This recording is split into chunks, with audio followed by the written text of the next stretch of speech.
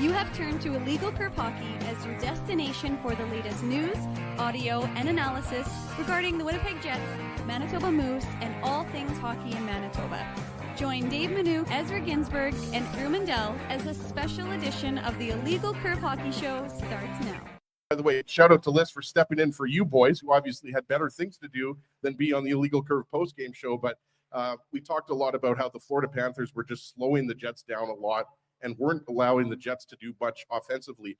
3 high danger chances, boys. There was 1 high danger chance per period in the game against the Panthers, 3 total. They got to be a lot better than that, Dave, tonight against the defending Cup champs. Yeah, today at morning skate, which finished about 5 seconds ago, I raced over here as best I could to get over here and get this show started on time. But Scott Arneal was talking about quickness and speed, and that was the kind of the theme that he was takeaway, if you will, is that he really talked. Because Kelly Moore of CGOB asked him, is there a neutral zone? Was it your breakouts? Was that what you wanted? And he goes, no, it was our speed.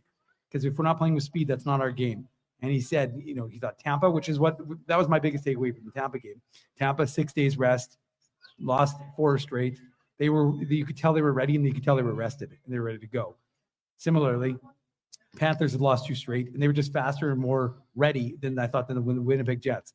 Well, this Winnipeg Jets club has to play with speed. That's the key. That's the hallmark of their game. And if they're not playing that way, they're not going to have success. That's what Scott Arneal said about 20 minutes ago in the Matt Frost Media Center. That's what we took from him. And so, like I said, we'll see if the Jets can get back to that. But that was kind of the theme that we said. We spoke to Josh Morrissey. We spoke to Dylan DeMello. Both of those interviews, all 3 of those interviews, of course, on our YouTube channel, which you can watch after the show. There you go. Exactly right. But, I was thinking about the last couple games because, of course, this is the first time the Jets have lost 2 games in a row this season. The Thursday game and the Saturday game were so different from my perspective. Thursday, the Jets looked like a tired team, but the structure of their game was sort of similar to what you'd want it to be. They couldn't execute. They didn't execute as well as they could, but at least it looked similar to how their game should look. Saturday night, they were punked. I mean, let's say it, be blunt about it. They got. I think we're going to have to pay Ashton Kutcher for that. Well, I mean, maybe we'll see about the royalties associated with that or not. But they got punched in the nose by the defending Stanley Cup champions. That's what happened on Saturday. The Florida Panthers, a team that was a little bit ornery, having lost those 2 straight games to the New Jersey Devils. They said to the Winnipeg Jets, "Okay, nice record. You've done well. Everything else along those lines has been good so far. But you think that you're in our caliber? You think that you are Stanley Cup contenders?" They just walked by us. We could have asked. I was about to. Well, I just gave Drew a nudge there because I noticed it was Aaron Ekblad. I think that was Sam Bennett. I think there were a few Panthers that literally just walked by. Have them on I was the going to show. say, Dave, should we ask Ekblad how they slowed the Jets down on Saturday night? But no, I mean, it goes back to what Dave was saying. I mean, it's obvious, right? Like when a team loses, especially a team like the Jets, one of the fastest teams in the league, it's easy to point to speed, right? But I think it's also how do you respond if your speed game is not going, right? And we talked to Kevin Sawyer about this a couple of weeks ago. On the Saturday morning show, sometimes when you don't have the speed, then you have to resort to, and Mike Kelly pointed this out, I'm not sure if you guys saw this, dump-ins are up in the NHL, and I think that's a testament to the structure in which a lot of teams play with. I think that shows you that a lot of teams are able to slow you down in the neutral zone. Not every team, right. But I think sometimes you have to simplify your game. And I know people don't want to hear that in hockey because what's sexy in hockey, right, guys? It's scoring off of the rush. It's scoring those tic-tac-toe power play goals, right? But sometimes that speed game's not there, and you have to simplify your game. And if you don't have that, then you have to rely on your cycle game. You have to generate offense in other ways, right? And I think that's what we didn't see in the game against the Panthers. Like I said, when you only have 3 high danger chances, you're not doing something right offensively. So obviously that's been the focus. How do we get that speed game back? And guys, obviously there's going to be a last change here at home. The Barkov line absolutely feasted on the Jets. Like if you needed any reminder, and I talked about this with Liz on the postgame show Saturday night. I mean, Barkov, Reinhart, and Evan Rodriguez, whoever they were up against, was a dominant line. Barkov with 3 points, right? So, and obviously you had contributions from others, former Jet Nate Schmidt picking up the second goal. So, I mean, they have to, in times when they don't have their speed game, I just find it funny because it's something that you can just default to say when you lose a game and you look fast, you say, well, we weren't fast. Well, the question is how do you respond to that when you're not generating enough speed to create offense? To your point, you need something else in your toolbox. I Right. mean, you'd love to build this house with just a hammer, but if somebody takes away your hammer, how are you going to build this house? Are you going to take a heavy shoe and start hammering in nails that way? Probably not. At least not in a house I'd want to live in, but that's a separate issue altogether. But that's what the Florida Panthers did so well on Saturday night. They took away what the Jets want to do. The Jets didn't execute the manner in which that they wanted to. Combination of Florida's skill and the Jets just not being at the peak of their game. Now the question to me is, like Mike Tyson used to say, everybody's got a plan until you get punched in the nose. How do you respond after you get punched in the nose? You've been bloodied. How do you respond? You get that second opportunity so quickly, like the Jets do. They know that they have that sour taste in their mouth, Dave, from Saturday night. So how do you respond to that sour taste being prevalent? How do you move forward and say, okay, this is what we're going to do to recapture our game, recapture the form that made us the story of the NHL through the first 6 weeks of this season, 7 weeks of the season. And it starts tonight for the Winnipeg Jets as they get that opportunity for redemption against the Florida Panthers. I think one of the hallmarks of this team is not to get too high and not to get too low. Very true. And I think that we've seen that. I mean, we have to remember this team is 15-3. They have 3 losses in 18 games. They're a very good hockey team still. I know that folks, love to celebrate like it's a Stanley Cup championship when you win 8 games in a row or 7 games in a row, which they've now done this season. But, they're also not going to, and again, I'm in the room all the time. I hear these guys talk. There's no difference right now than there is when they're winning games. There's no measurable difference in attitude. And I think that's a testament to the coaching staff. That's what was one of the topics of Saturday's show? Fueled by embarrassment. This season isn't about what they do in the regular season. It is about the process. We heard that from players yesterday after practice. And that's what I suspect we'll be hearing from these guys for the remainder of the season. Scott Arniel said it in his media availability. You guys aren't going to like the answer, but really that's what this is about. It's not about this is a statement game. We have to defeat the defending Stanley Cup champions. Of course they want to have a better result than they did on Saturday where they lost 5-0, right, Ezzy? But at the same time, this is a team that is focused on something greater. And part of that is making sure their process is right. So that's kind of what they're fixated on right now. I think there's a lot of an advantage there, though, from the Winnipeg Jets perspective in that defeat on Saturday. You can take that defeat as a learning opportunity. Look, we know who the Florida Panthers are. They're the defending Stanley Cup champions. At their peak, they play like they played on Saturday. That's the Florida Panthers at their absolute best, in my estimation. Aggressive, physically intimidating, forechecking bandits, driving people through the end boards with their forecheck. That's the Panthers at the best. So the Winnipeg Jets see that and say, okay, this is the level we need to get to. If we want to defeat the defending Stanley Cup champions, if we want to be at that level, now you don't have to be at that level, 75 of 82 regular season It's games. not going to happen anyways, even if you want to. No team can do that. No, you'd be done before the playoffs begin because you'd just be so exhausted. Right. But it's a good reminder and a good refresher for the Winnipeg Jets that this is the level that you need to achieve come April, come mid-April, come the playoffs. This is the bar that is set. And now they've been reminded and they've been told that this is the level you need to play at. This is how you have to find a way to come through what the best of the best are doing to you and find a way to come out on the other side and be successful. So the Jets get that opportunity to sort of, rejig their game and rejig their approach against the Stanley Cup champion Panthers later on tonight.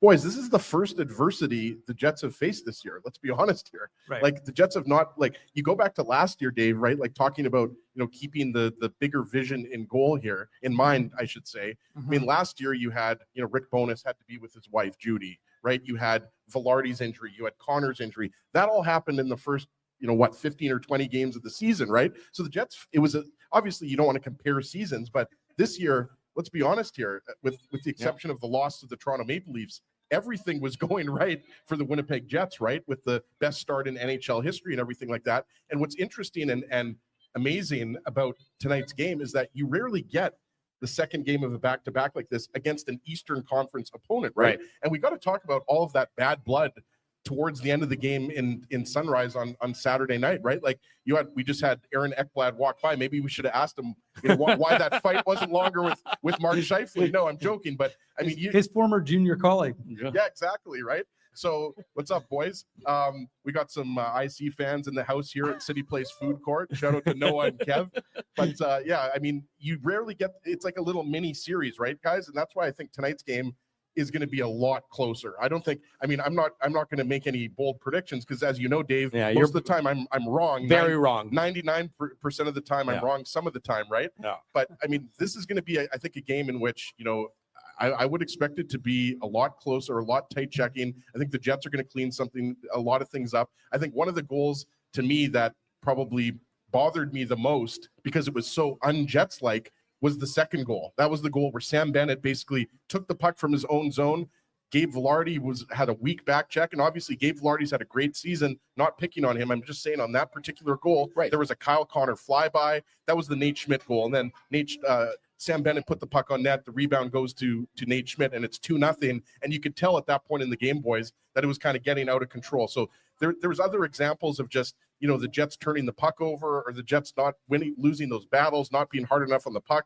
Evan Rodriguez's goal, that was the third goal. I mean, that was just lack of effort as far as I'm concerned. There was just Barkov and Rodriguez whacking away at the puck. So the Jets have got to be a lot sharper. I think they will be a lot sharper, but I think, some of that animosity I think that we saw in the third period, I'm not saying there's going to be 4 fights or anything like that, Dave. Yeah. I'm just saying that, these two teams know that they're both division leaders, right? The Panthers are first in the Atlantic. At least they were last time I checked. So I would expect this one to be a little bit more of a grinder, as Paul Maurice always used to say. Well, I think to your point, though, Ezzy, the Winnipeg Jets know that they need to come out and match the Florida Panthers' attitude. The Panthers are a bit of a bully, rightfully so. I mean, when you're the defending Stanley Cup champion and you have the horses you have up front and some of the talent you have on your back end, you can and should be a bit of a bully. So to me, the question is, which of the Winnipeg Jets players responds and kicks dirt back in the face of the bully? Now, to your point, I don't expect that it's all of a sudden going to become bloodshed out on the ice and the 1970s Broad Street Bullies are going to turn around. That's not going to be what happens. But I'm looking for, a member or 2 members of the Winnipeg Jets to early on in this game set the tone, set the response from the Jets. And I think it sounds like the Lowry line's job. That's exactly what I was going to say. To me, Adam Lowry is going to be one of the key catalysts if the Winnipeg Jets find success in tonight's game. Now, Lowry, we don't expect that he's going to do it necessarily on the scoreboard in putting up goals and assists because that's not his game. His game is about setting the tone for the Winnipeg Jets. And I would expect that he probably starts the game on home ice tonight for the Jets. And I would say that early on, the first few shifts of the game, you're going to see his line try and, flip the ice. If the Jets are struggling, they need to play in the offensive zone. They're the ones who need to set the tone, and are the ones who need to remind their colleagues and their players that, no, we're a damn good team also. And as a result, we're going to bully back just like we got bullied on Saturday night. Yeah, I mean, they're a tone-setting line. That's exactly what they've done all season long. And like I said, I guess the way I'm trying not to get too hyperbolic because I really don't think that there's that much significance other than you just want to have a better effort. I mean, we heard from Dylan DeMello the way again, it comes back to this idea of quickness because that's what they said. That's what all these guys said. They said, look, it's not about like getting to the front of the net and beating the shit out of your opponent. And you can't do that. You get penalties now. Do we have to put you on a 7-second delay? I'm not sure what the food court etiquette is. Are we allowed to say that in the what's the food court etiquette, Dave? Come on. It doesn't help when you focus on it there, boys. But I know. I got to throw you under the bus. You know how we work here on Illegal Curve. Words. Yeah. My kids are saying worse words. Yeah, don't say those words, though, Dave. Come on. We'll wash your mouth out with soap after the show's over. My point is that that you don't have the same latitude. And so how do you avoid that? How do you get to that space first? That's what Dylan DeMello said. Right. You have to be there first. You can't have to try and get that real estate from them after the fact. So what do? You need to be quicker. And that's, again, like I said, Josh Morrissey talked about it. Dylan DeMello talked about it. It's not like they're sitting there hanging their head saying, we're the suckest bunch of sucks that ever did suck. They're saying that we just didn't play our brand. Simpsons reference. Thank you. They're just saying that we didn't play our brand of hockey and we need to get back to that. And that to me is what I expect them to do in tonight's game. And I think, boys, we got to talk about the Scheifele, Vilardi, Connor line's got to be better, right? The last couple games, they haven't had any points. right? And that's just something that, you know, you expect a bad game here, a bad game there. I'm not saying that they were bad. I think they generated 4 or 5 shots on net, but still nothing. But they were show for it. outclassed. I mean, they were outclassed by the opposition. I mean, maybe bad's not the right word, and I understand but when they were definitely outclassed when they went up against the Barkov line. That's what I'm saying. So that's the line that players are, of right? course, but that's the line, that's the barometer you want to set for yourself. Is how do I achieve success against this exceptional line of hockey players that have been playing exceptionally well? And that's what, to your point, Connor and Scheifele and Velarde have to take to heart, have to find a way to respond to in this evening's game. It's okay, we were badly outclassed on Saturday as a line. We were badly outclassed on Saturday as a team. Now we need to step up so that doesn't happen on home ice in tonight's rematch. Absolutely. And, you know, Ehlers was kind of a one-man show on Saturday night. I think he ended up with 5 shots on net, Dave. That line was really good. So I'm not as worried about that line. And I'm not worried about Scheifele, Velarde, Connor. I'm just saying, like, this is the type of game especially when Florida's best players were their best players, except for Matthew Tkachuk didn't have to be fantastic. I had to double check. He only had 1 shot on net. He wasn't really noticeable Saturday night, but it's because the Scheifele, Velarde, Connor, the Barkov, Reinhart, Rodriguez line was so good on Saturday night. So obviously, you know, you can point to every single line and say that, you know, you want contributions, whether it's offensively or doing their responsible defensive play, right?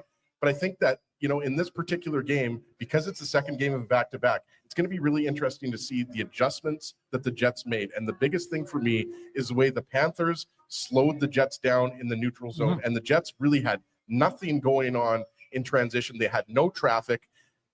So I think that this game, you kind of got to go back to a little bit of more of an ugly style of game. Obviously, you still want players like Kyle Connor and Nick Ehlers, Gabe Velarde using their speed and everything like that. But I think there was a little bit too much. But it's about when they use their speed. Sorry for interrupting, Ezzy, but it's about when they're using their speed. Because you're not, if the opposition is making it a grinder through the neutral zone, then you have to find a way to avoid that part, and then use your speed in the offensive zone. You need to use your speed in the breakouts, which to Dave's point is what was talked about a lot in the morning availability. The Jets, Scott O'Neill himself said the Jets couldn't get anything going starting in their own zone and trying to transition up the ice. Well, if you're slow out of your own zone, it's natural to expect that you'd be slow in the neutral zone and you'd be slow in the offensive zone when the Jets were able to get there. So it comes down to starting 200 feet away from the success of the offensive zone. That's where you need to start and generate your speed. Yeah, and the only other thing I would add, though, Drew, is, and one of the themes that came out of this morning's media availability was the idea that Florida, you got to remember, there's 2 teams playing, right? Right. They have a game plan as well. And one of the things that they talked about, like Scott O'Neill spoke about, was they didn't give the Jets any time, as he said. This team had this team is used to, I'm not saying play cat and mouse, because one of their hallmarks has been quickness, not holding onto the puck too long. But one of the things we've noticed with this Jets club is that they're generally speaking quick with their decision making. Right. The Panthers didn't even give them that split second to make that decision. They were on them immediately. Right. Neutral zone, D zone, O zone. So I think that's something that the Jets are going to have to do. And again, part of that will be playing quickly. But like I said, it's about making, to the point one of you guys just said, about making adjustments and being able to, react. And now what Florida threw at you. You got to be able to take it and now throw it back. And again, home ice advantage. We'll see how the lineup matches go in that regard. But for me, that'll be the biggest question mark right now in today's game. Tuesday afternoon, we're live here at City Place. We're in the food court getting you set for this evening's Winnipeg Jets, Florida Panthers game. Drew Mandel, Ezra Ginsburg, Dave Minuk, thrilled to be here. So many of you joining us live here at City Place, live on location. We love doing these pregame shows here, getting you set for what is going to be a very entertaining contest, the 20th anniversary celebration of the Canada Life Center. I guess Who scored the first goal for the Manitoba Moose? Well, yes, of course. Nolan Baumgartner. Don't worry, I follow Joe Pascucci on Twitter and Blue Sky and everything else, just like you do, my friend. Right, fair enough. We both saw it. Sure. Yeah. Okay, I can top that one. Who was the only player that was in the Moose lineup in 2004 when the building opened and was in the lineup in 2011 for the Jets? Like in the starting lineup of game one? Starting lineup for the Moose in 2004, starting lineup for the Jets in 2011. There was only one player. I can't believe there was one. That's Kyle Wellwood. Kyle Wellwood was playing for the Moose in 04 and the Jets. He sure was. Wow. Ezzy going deep into the bag of tricks coming up. I believe it's because that was the lockout year. 04. I think that was the reason. I think he had already been on Toronto. And then he was traded to Vancouver, and that's when the Moose and the Canucks had the AHL affiliation agreement. As much as I believe in Ezzy, and I believe you wholeheartedly, I'd still like somebody to fact check that for me. That came from please. K-Ballsy, Oh, Kyle Balhari, who works for the Jets. So that's from him. Okay, fair enough. Little trivia things. Yeah. Okay. In that case, we'll let that one go. Good. Another good piece of trivia here on this Tuesday afternoon. The Illegal Curve pregame Tim show. knew that one. Tim had the answer the whole time. A special edition of the Illegal Curve pregame show. We do this every month here at City Place. Thrilled that so many of you are able to join us We here. could have had a lot of Florida Panthers guests. Well, the whole Steve team's just Goldstein strolling walked by. by. You know, Well, Panthers play-by-play team, Steve Goldstein, Goldie on Ice, as he's known, And Randy Moeller. and Randy Moeller just walked by. Yeah. So we got the Panthers contingent. Maybe we'll see a few Jets grabbing a bite to eat before the game tonight. I'm surprised that they're not. I don't think the Jets necessarily eat in food courts, but only you and the good people listening on this Tuesday afternoon. Yeah, I would hope they might. You never know. I'm sure they do on occasion delve deep into the food court. The different options available here at City Place, options galore. Back to the Jets and back to this afternoon or this evening's contest. I do think that the Jets, it was a bit of a humbling experience for the Jets on Saturday night. So now to me, are there any lingering ramifications from being humbled by an opponent like that, especially when you don't have the opportunity to necessarily flush it against a brand new, maybe weaker opponent? You have to play that same excellent hockey team again. On one hand, you're certainly looking forward to that opportunity. You're cherishing the opportunity for redemption. But at the other hand, at the same time, psychologically, are you like, oh man, this team was really difficult. They were really hard to beat. They got our number, and will that continue? So that's a bit of the cat and mouse, a bit of the psychological battle that wages between each team. Right now, the Panthers, a team that would be playing with a great deal of confidence, how they played on Saturday, whereas the Winnipeg Jets have some question marks between the ears about how they respond and how they can come back against the Panthers. Well, Dave's poo-pooing me already. No, as you can go. I was going to say, Drew mentioned that the Jets were humbled. I couldn't agree more. Yeah. Like, that was the worst loss of the season. I said earlier it might have been one of the worst losses. No. There's only 3 of them, boys. So we don't have exactly a lot of losses to talk about here. But I think that when I would throw in that Colorado game because I think they were lucky to win that one. But again, you're not going to apologize for Connor Hellebuck's goaltending. But I think when you're talking about the loss to the Leafs or the loss to the Lightning, this one was worse because, like you said, Drew, it's how they react.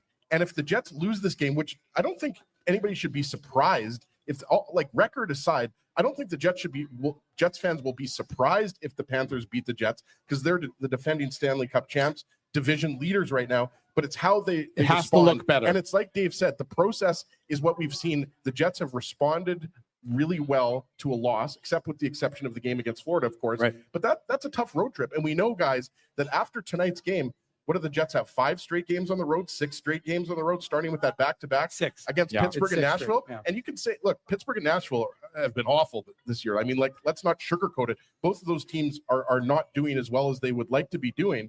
But a back-to-back on the road against 2 extremely desperate teams is not going to be easy. Like, I'm not saying that the Jets are going to lose those games because I actually would probably bet on the Jets winning both of those games. But sticking with tonight's game against the Panthers, do they get back to the type of hockey that we've been used to seeing, where the Jets are relatively mistake-free, they're playing within their structure, not making I just said not making a lot of mistakes. It was obviously something they did in both the games against the Panthers and the Lightning, Dave. So I expect a much better response. You're going to see a heavy dose of the Lowry line against that Barkov line because I think that line alone humbled the Jets. Yeah, and I think, like I said, I think the reason why I'm not chicken littling this situation right now is because chicken littling a little bit. Maybe a little bit. He might have a little bit of chicken after the show's over at one of the great restaurants here at the food court, but he's not chicken littling. He might have some little chicken. It's got to be kosher though.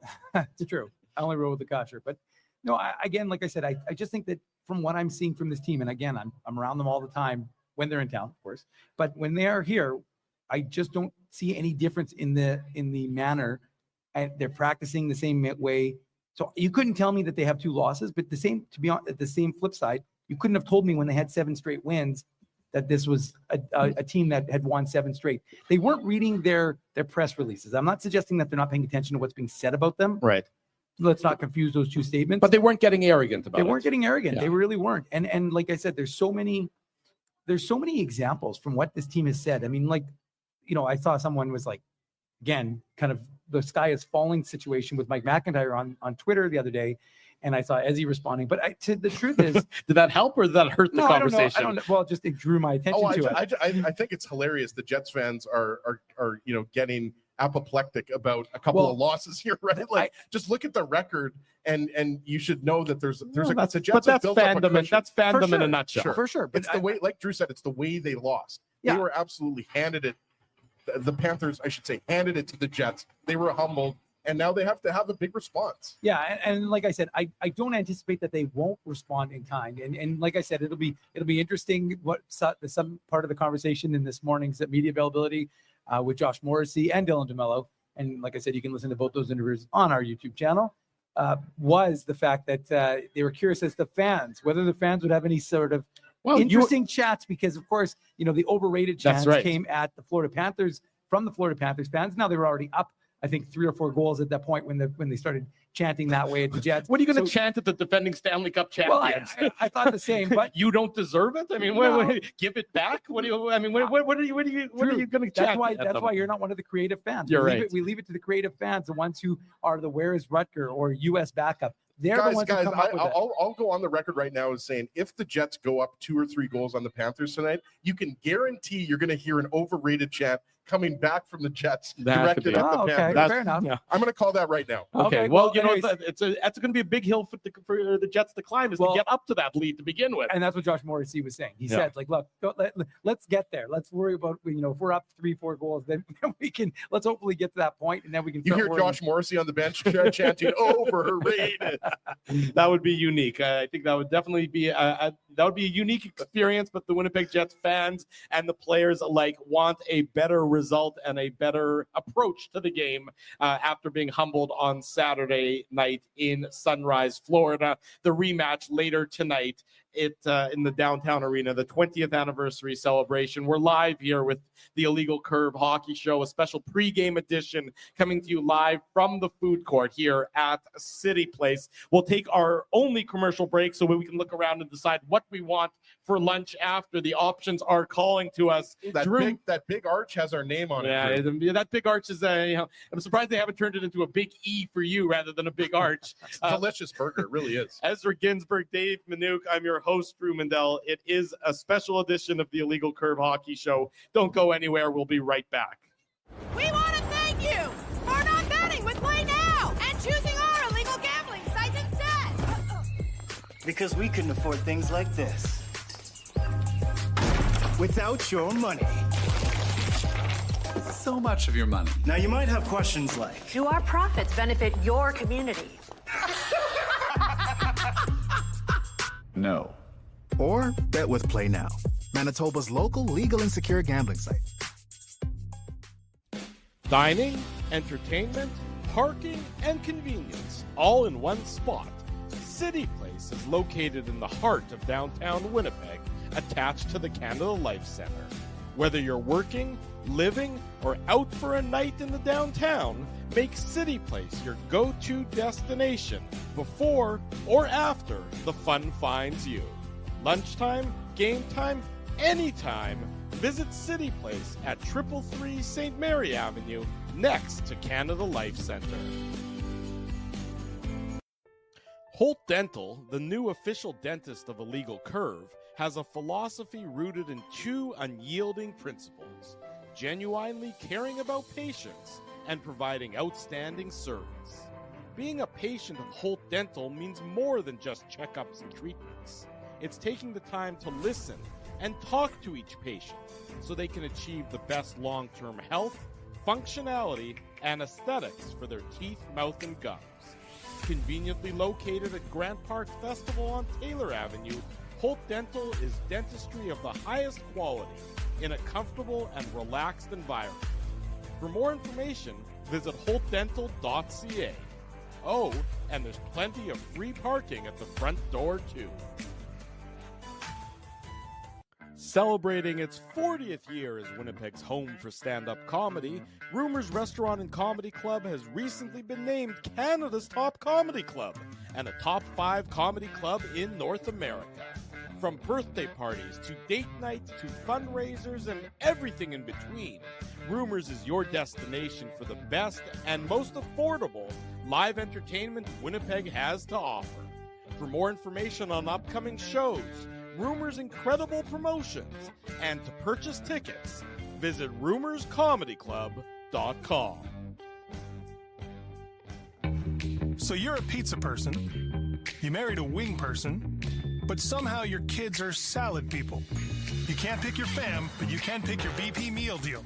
Starting from $18.99 for takeout or delivery at bostonpizza.com. Tuesday afternoon, welcome back to the Illegal Curve Hockey Show, special pregame edition coming to you live from City Place. Drew Mandel, Dave Minuk, Ezra Ginsburg with you, talking about the Jets and the Panthers. Later tonight, 7 o'clock, puck drop in downtown Winnipeg. Of course, City Place, your place to be for lunch hour, before the game, after the game. Make sure you make City Place part of your game day routine. We're thrilled to be here today, broadcasting live, talking about the Jets and the Panthers. Couple pieces of information from around the NHL world coming out in the last hour. Alex Ovechkin, who's been absolutely on fire so far this year.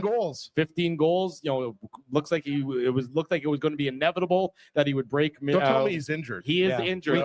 Out week to week. Suffered a lower body injury yesterday. Yeah, so he's out week to week for the Washington Capitals. So he'll be out of the lineup. His quest to defeat Wayne Gretzky in the NHL goals record. Well, I sort of feel the same way as you, Dave. I'm like, no offense, I'd rather have Gretzky have the record. Me too. I agree with you on that one. What? No, I like it better when it's Gretzky's record. And I do believe that. Hold on a second. If there weren't two lockouts, he would already have the record. Yeah, it's not like this came out of nowhere, guys. And if Gretzky had the level of competition that Alex Ovechkin had to go against. No. Hold on. We're talking about two different things. Well, Wayne Gretzky is the greatest player of all time.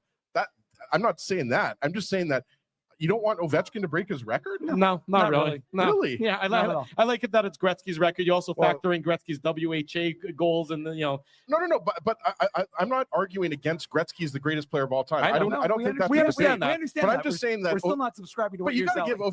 give. Ovechkin, guys, is a top 10 player of all time. I mean, come on here. He's going to break the record eventually. If it's going to happen this year, it's going to happen next year. But you're not asking that. You're not asking if we think he'll break it. We're asking if we want him to break it. And I'm saying I'm indifferent. And I'm saying I'd rather Gretzky keep the record. I'd rather Gretzky keep it, but in any event. Well, I think it's pretty amazing, like injury aside here. Yeah. 15 goals in 18 games at the age of 38, 39 years old? It's pretty impressive. Like, I'm 42 years old. I have trouble getting out of the bed in the morning. We know. Yeah, but you're not in the NHL. Yeah. No, and you're not quite in peak physical condition either. I'm just saying it's impressive at 39. He's had an incredible to be start almost to the a year. goal per game. No question about that. Agreed with you wholeheartedly on that. The other piece of information, JT Miller, he's taking a leave of absence from the Vancouver Canucks. It's been a bad year to start in Vancouver. JT Miller just announced that within the last 30 minutes or so, he's going to be taking an indefinite leave of absence from the Canucks. So another blow to the Canucks lineup as they've been struggling to start this 24-25 season. A player for the Winnipeg Jets who has not been in the lineup yet, but who everyone is sort of expected to see in the lineup almost for the last couple of years, is Ville Heinola. Yeah. It was announced earlier during just after morning skate that he's going to join the Manitoba Moose on a conditioning stint. No, it was announced yesterday, but it's a short-term conditioning stint. It's not going to be the full 2 weeks. He's only going to play 2 games, for the Manitoba Moose, and then he's going to join the Winnipeg Jets for the game next Monday in Minnesota. Not to say he's going to play for the Jets in Minnesota, but his return to the Winnipeg Jets lineup, or as an option on the back end for the Winnipeg Jets, is coming nearer and nearer. And for Ville Heinola in particular, this has been almost 2 years in the making after he suffered the injury at the end of training camp last year. You know that he's desperate and ready to go, and hopefully all things will come through fine as he finishes the conditioning stint, and then he'll be an option on the back end for the Winnipeg Jets on that left side that's been occupied by Logan Stanley and by Hayden Fleury so far this year, Dave. Yeah, and when we spoke to Scott Arniel yesterday after morning media or after the skate, and I had asked him, I said, how do you like Ville Heinola's progress? Because we know that that this has been almost 2 months since he found out that there was an infection in the ankle, then he needed surgery, then he was obviously not skating, then he was skating in a yellow non-contact earlier in November, and now, of course, he's been taking some contact. And, I asked Scott Arniel about it yesterday following the skate, and he just said, well, this is what he said specifically. We finally got him into heavy contact. We got a couple on the road not that we practiced a whole lot, but today I thought was a really good one. He got to get into it, some really good 5-on-5 stuff. We got a decision to make with him. We'll talk to him and see how we move forward here. We want to get him in some games sooner than later. We just got to find out what the best course of it is. If the Docs are 100% ready for us to move forward with him into games and to talk about the best scenario. So when he said that, I thought, okay, they're going to just clear him. And if he's clear, they're going to send him to the Moose on a conditioning assignment. And yes, to be clear, he has to agree to be going on that conditioning assignment. That's a no-brainer. But that's a no-brainer. So he goes on the conditioning assignment, which can't be longer than 2 weeks. And unlike last year, boys, when he knew when he was getting sent down and he could be down there for the whole year, which is what he did, here he knew that it was going to be fine out. Now, Scott Arniel, as Drew just said, clarified, it's going to be for 2 games.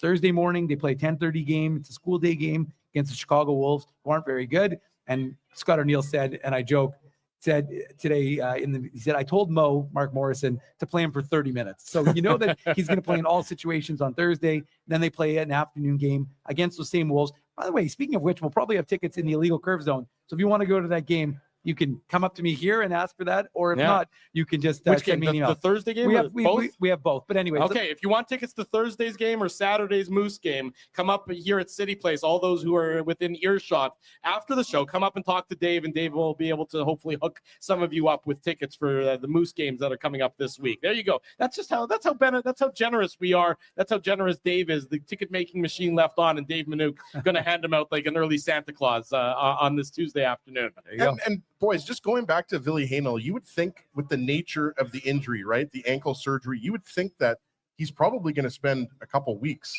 with the Manitoba Moose, right? No, he's going to be. We just said it. He's there for the next 2 games, and he's joining the Jets on they play in Minnesota on Monday.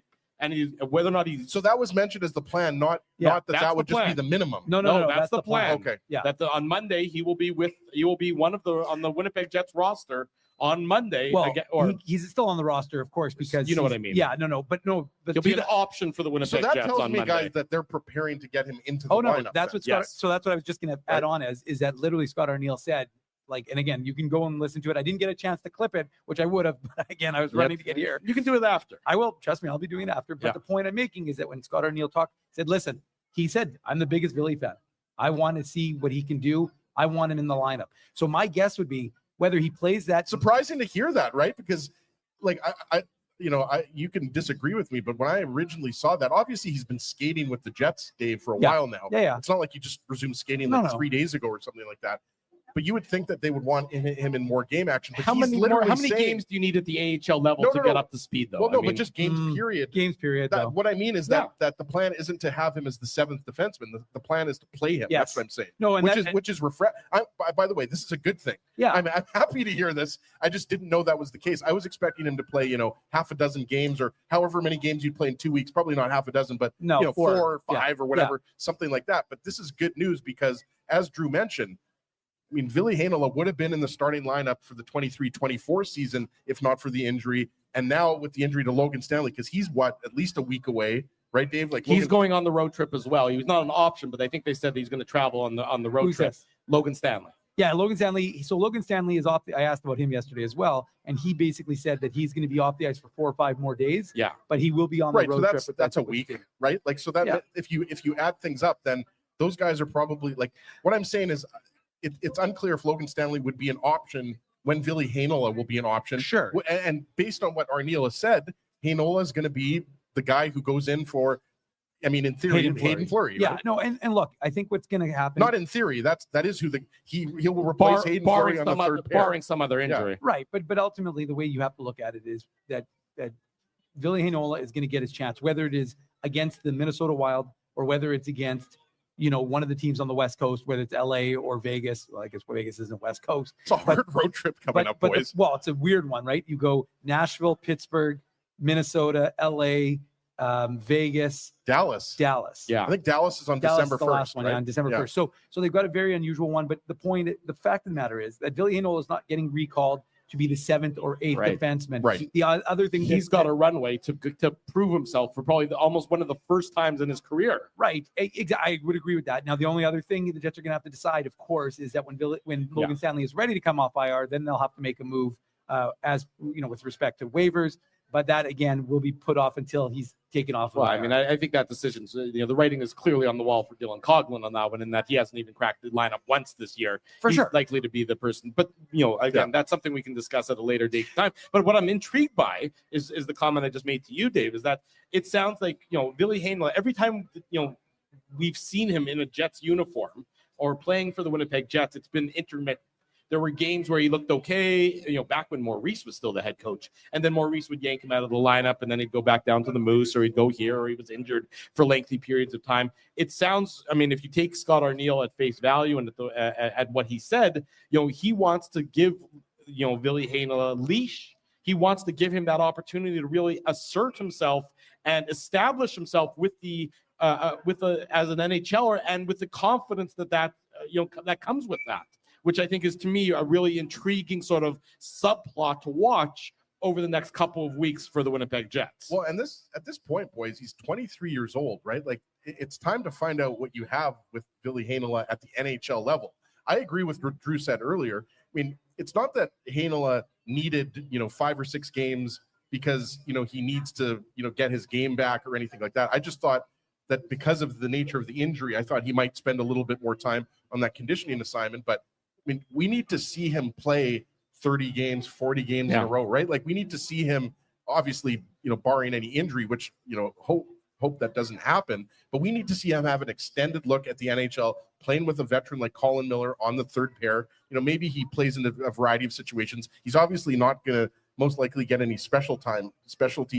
He might get some special time with Scott Arniel. Well, you might get some special time with Scott Arniel, but this is all great news because Billy Hainla has had some bad luck with the injuries the last couple of years. So it's nice that there appears to be a plan for him to play in the NHL and not be the 7th defenseman, not, start off with too many games in the American Hockey League. So I for one, am very excited to see what he can do, especially later on in this road trip against some really good teams. Yeah, I think it's a great opportunity for him finally after all the setbacks that he's experienced as of late. But in the here and now, we're of course focused on this evening's game between the Winnipeg Jets and the Florida Panthers. We're live here, the Illegal Curve pregame show, special edition of this broadcast coming to you live from City Place. We have all the various great food options available. There's also, of course, our friends at Boston Pizza and our friends at Shark Club. There's an A&W on the main floor as well. So whatever you could go for a teen burger. You can go for, Ezzy, I have faith in your abilities to try one burger or one item from every item here in the food court and downstairs at City Place. That's a challenge. It'll be known as the Ginsburg cycle. That's right, exactly. It'll be, and then we'll see where it'll be in the St. Boniface emergency room after that. Yes, that's the natural progression after the Ginsburg cycle. But it is certainly a good opportunity galore for the Winnipeg Jets and for Ezzy to get his feet on this Tuesday afternoon. I go back. Paul Maurice. I was just texting with Ken Weeb. Because Ken was at someone's doing well. Ken was at the morning availability. Personal texting relationship with Ken Weeb, no big deal. It's true, no big deal. Kenny responds to my texts every now and then, especially the Vikings texts more than the Jets related texts, but that's separate. He was there with Paul Maurice, who of course had the media availability, and Maurice was complimentary towards the Winnipeg Jets, as you would expect. Yeah. And I'm paraphrasing here, but Maurice clarified his comments after the Stanley Cup, saying he wants the Jets to do well, but he wants them to do well after Maurice is done and after the Panthers are done, they're winning. So he did sort of add an addendum to those comments. So clarify that to me. If you're the Florida Panthers fans, so Maurice retires in 2 years. Does your team suddenly stop wanting to win? I think it's just saying in the peaks and valleys and then the cycle of life. That's what he was saying about Paul that. Maurice walks by us here. We can ask Paul directly. We'll pull him in and we'll bring him into the conversation. He was so saying for now, no one Kev are walking by, which is just as good as Paul Maurice. He was saying that he wants people in Winnipeg to experience what he got to experience last year in South Florida, which I'm sure everybody that's within earshot and listening to us here at City Place, and those of you who are joining us online, of course, also want to experience the same thing, where the Jets would eventually be able to lift Lord Stanley's Cup and all that. I don't think it takes any, it's nothing earth-shattering. Earth-shattering. I mean, the fact is that he was feeling euphoric. He has a lot of affinity for this city. Yes. And, he made a comment. And, it's funny how, so look, the tweet blew up when I saw it. I was like, holy, I can't believe he just said that. That's fantastic. Thanks for not swearing there. I saw that it was about on its way out. I was going blue, but then I'm like, you know what? I'll save it. We're in public. Yeah. We're always in public. But anyways, the fact of the matter is that he feels look, his daughter still lives here. He still has a lot of connection. His son, of course, had a very prestigious job covering junior hockey for a little site called illegalcurve.com. Yeah, it's amazing he overcame that hiccup in his career. And then went on to become a 3-time ECHL champion. Yeah. So the fact of the matter is that these guys there are a lot of connect. His kids grew up here is what I'm getting at. Right. And there was a lot of connection to this city and this province. So I'm not surprised when I hear him say positive things about Winnipeg. No, it was awesome, guys. Like, come on, nobody was expecting that right after this was minutes after the Panthers won the Stanley Cup, and I honestly don't think that people are going to stop bringing this up for a very, very long time. It might be something until the Winnipeg Jets win the Stanley Cup themselves. I would say so, and then it's obviously going to be brought up a lot. But I think, guys, like just bringing it back to Saturday's game against the Panthers and the rematch tonight. It honestly seemed to me like Paul Maurice had a nice little book on the Winnipeg Jets, and he knew exactly what the Jets were going to bring. And that's why I'm not saying that familiarity breeds contempt. It also breeds knowledge. Absolutely. And I think that's why it goes back to why I think tonight's game is going to be so fascinating is it's going to, like we talked about, you're going to get the matchup benefit, right, of last change, but it's also going to be fascinating to see how the Jets respond to that type of loss, because that game, let's be honest, it was embarrassing. When you talk about fueled by embarrassment, Dave, the Jets Avalanche series, this is another example of, if you're fueled by embarrassment by the Avalanche, you should be fueled by embarrassment by the Florida Panthers. And I do think the Jets are going to have a great response. I don't think we're going to see the similar type of game with the giveaways and, kind of the passive back checking that we saw. I think it's going to be a much sharper game. And obviously, I'm not going to make any predictions because we all know. You know what? It's funny. You talk about that, and you look back, just look at the Florida Panthers themselves. What happened? The first game, they got embarrassed by the New Jersey Devils. They lost handily last week. Yeah. The second game, the rematch against the Devils, what happened again? They got embarrassed again. So just because I agree with you. The Jets obviously want to have can repeat itself. In this case, we talked about it on Saturday. The games between the Jets and the Washington Capitals from a dozen years ago, where the Jets were embarrassed 2 straight games. So just because you want to find a better result and find a better response doesn't that the proverbial talk is cheap. Yeah. So the Winnipeg Jets know that they have to find a way to raise their level of their game. Exactly. Because the Panthers themselves, they played at this level, but they know that they might even have to raise it even higher to continue to do against the Jets. The question is, can the Jets do something that mitigates as the guys walk through the mall here? What's going to happen tonight? You guys want to give us any preview or anything? Sorry, the Panthers guys are walking through here at City Place. I don't think they like that, Drew. I don't think they like that either, but then they shouldn't wear they're coming back here. No. Guys. But, that's the point of the game tonight, is that everyone's going to have to raise their level up a little bit. The Jets are going to have to raise it to try and be where Florida was on Saturday, and the Panthers are going to want to raise it to even higher where they were on Saturday in response. Well, again, like you just said, Drew, the Panthers have won 1 game of the last 3. Right. So to their mind, that they want to keep pushing, they want to keep moving forward. So yeah, I mean, look, I don't expect that the Panthers were just going to hand the Jets the win tonight. The Jets are going to have to earn it. Yes. And you want the Jets to have to earn it, because again, if the Jets earn a win tonight, Ezzy, it's not because it was easy. It's not because the Panthers stunk. It's because they executed their game plan. And that's what you want to see. You want to see a team, again, like I said, you don't panic if the result isn't the way you want it. The only reason you get upset is if the Jets continue to get away from the style of play that has made them so successful this year. That, to me, is the only thing that can mar this team. But I think that, one of the guys talked about, I don't remember which one specifically, I think it was, Morrissey, just the idea of defending the house. I mean, they're playing 1 game out of, as he said, 10 this stretch. Right. They played 3 on the road, 1 here, and then they go on the road for 6 more.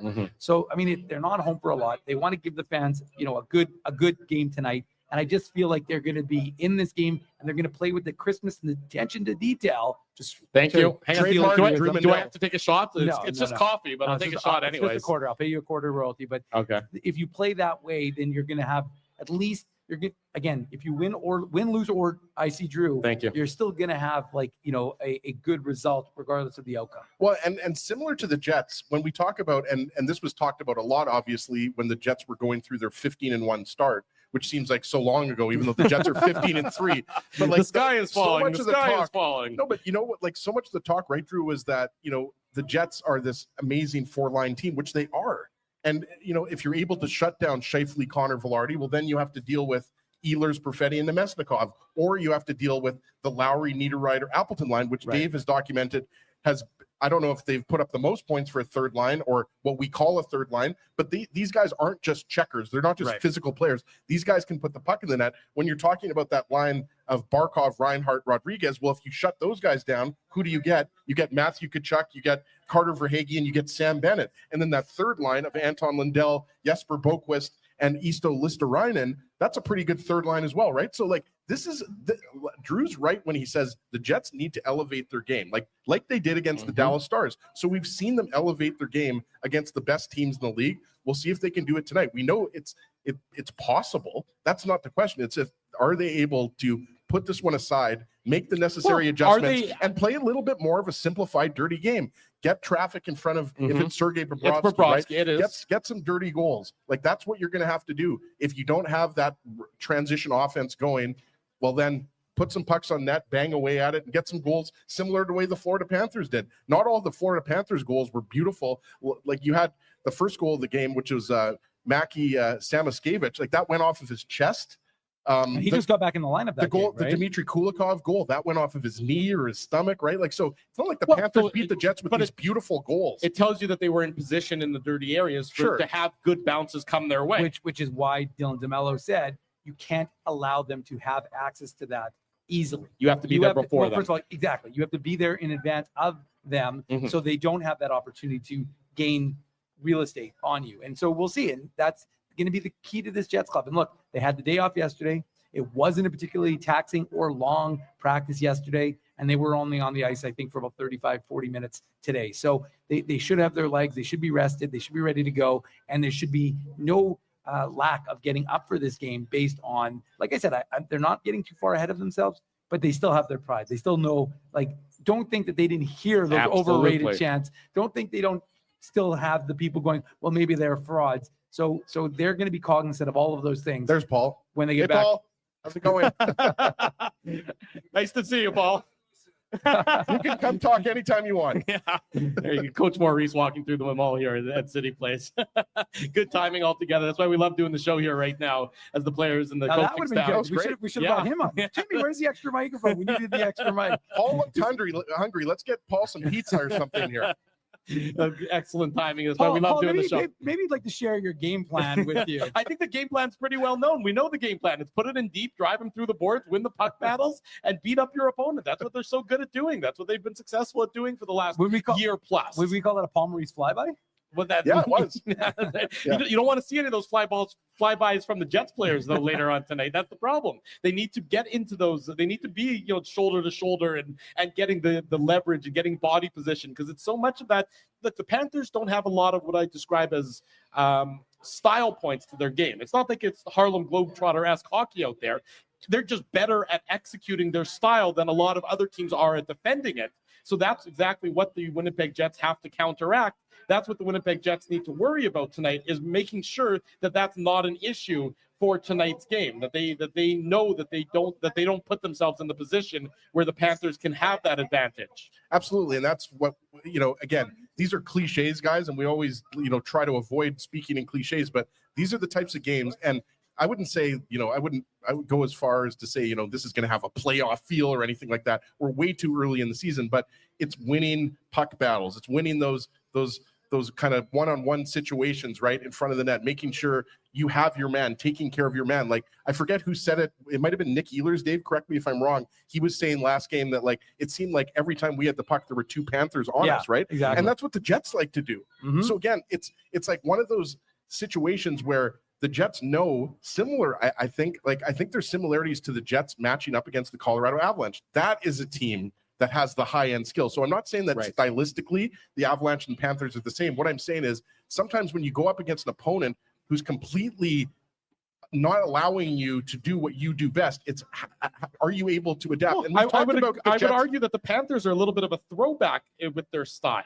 You know, in not a lot of teams play the way the Panthers play. That's right. A lot of teams nowadays that are successful, it's more of the speed, the transition, the quick strike offense. Whereas the Panthers, again, they certainly have those capabilities, but they really want to grind you down low. Yes. They want to put the puck in deep, and they want to say, we're going to go win that puck battle. We're going to go win that board battle, and then we're going to take position in front of your goalie, and that's how we're going to get our opportunities. And it doesn't mean that the Jets have to score all of their goals in the same way that the Panthers do, but they have to find a way, again, if they're not getting some of those looks in transition, because look, the Panthers are a complete team. We've already gone over that with the forward lines and the defense. They're just a good defensive team. Like, I go back to Alex Barkov, right? Like, to me, you have to know where Alex Barkov is at all times. Like, his impact on the game at both ends of the ice. Both ends of the ice is the same thing as Nathan McKinnon, right? Obviously, he doesn't have the offensive upside that McKinnon does, aside from McDavid or Kucherov. But he's got the better defensive abilities. Right. So anytime he's on the ice, and I think we all expect the Lowry line to get that assignment tonight. Yeah. So hopefully that's going to be part of it, shutting down that line, because that line had way too many good looks last game. But it's like Drew said, you have to find ways to win, and that's been a staple of this Jets team all year long, including the going 15 of 16 to set the NHL record, is that they were able to find different ways to win. If the Scheifele line wasn't going, then the third line would contribute, or the fourth line would contribute, or you'd get some offense from the defense, stuff like that. The other thing is you got to get back to having some success on the power play. The power play has gone a little bit quiet these last few games, so that's another key. It goes without saying. But that has been a big part, and that was something that has been talked about, throughout the NHL quite a bit, because so many teams are even 5-on-5. That puts even more onus on a power play to be successful. And obviously, the Jets, last time I checked, are still first in the league in the power play. Well, 2 straight games where they haven't had a power play goal, which is not something you've been able to say about them so far this year, Dave.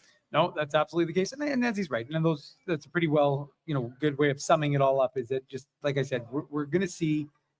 I'm not going to make any grandiose statements because I don't think it matters. I really don't. Make them, Dave. Go grandiose. No, conversation throughout the course of this hour is just that I just think that you have a team that is focused, and like I said, they'll I expect them to rebound today. So that would be my sort of expectation from tonight's game. Well, we'll talk about it all later on tonight on the Illegal Curve post-game show. That, of course, will take place on our YouTube channel and all of our social media platforms. That's going to happen after tonight's Jets and Panthers contest, right around 9:40, 9:45. Be sure to join YouTube channel for the post-game show. If you're within earshot of us here at City Place and you want to find out how do I get more of Illegal Curve, well, you come to this big poster that's right behind us. You scan the QR code that's over here. That will give you all the information you need. Gun shows right here. Yeah, as he's showing off the biceps there.